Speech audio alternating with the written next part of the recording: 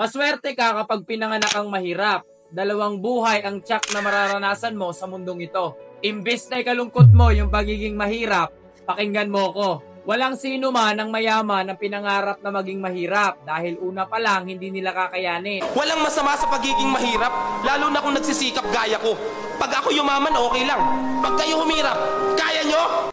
Dahil nasanay na sila sa maayos na tulugan, masasarap na pagkain, maayos na damit at iba pang karangyaang bagay. Hindi yan mabubuhay sa sardinas, tuyo at itlog at lalong-lalo na hindi niyan kakayanin ang ingay at gulo sa squatter at iba pang hamon ng kahirapan. Kaya ang mahihirap ang pinakaswerteng tao sa mundo dahil sa araw-araw na ginawa ng Diyos, nalalagpasan mo ng buong tapang at tibay. Ang paghihirap at sakripisyo ay bahagi ng buhay. Nakapag umahon at umangat-angat ka sa buhay, pabor na pabor sa'yo. Kung sa sardinas, tuyo at itlog na araw-araw mong ulam, paano na lang pag naging steak na?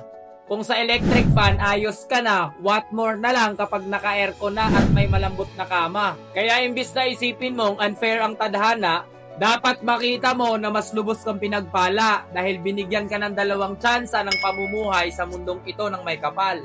Mga boss, ang gagawin mo na lang magsumikap ka sa buhay at matutong magpasalamat sa itaas.